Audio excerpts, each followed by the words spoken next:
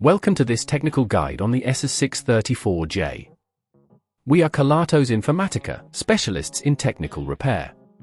We collect your device from your doorstep, carry out a free diagnosis, and send you a quote before any repair.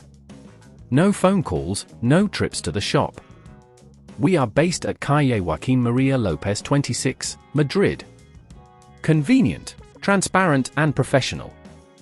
Link in the description.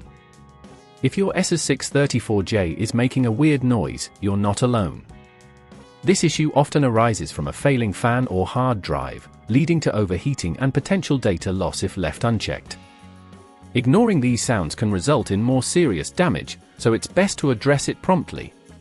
For this repair, you will need a Phillips screwdriver, a plastic spudger, some compressed air, and a replacement fan if that's the issue. Start by ensuring your laptop is turned off and unplugged. Remove any external devices and position it on a soft surface to prevent scratches. Using your Phillips screwdriver, remove the screws securing the back panel. Keep these screws in a safe place as you'll need them later. Carefully use the plastic spudger to pry open the back panel without damaging the clips. Once the panel is off, locate the fan, which is often situated near the CPU. If it's making noise, it may have accumulated dust or debris.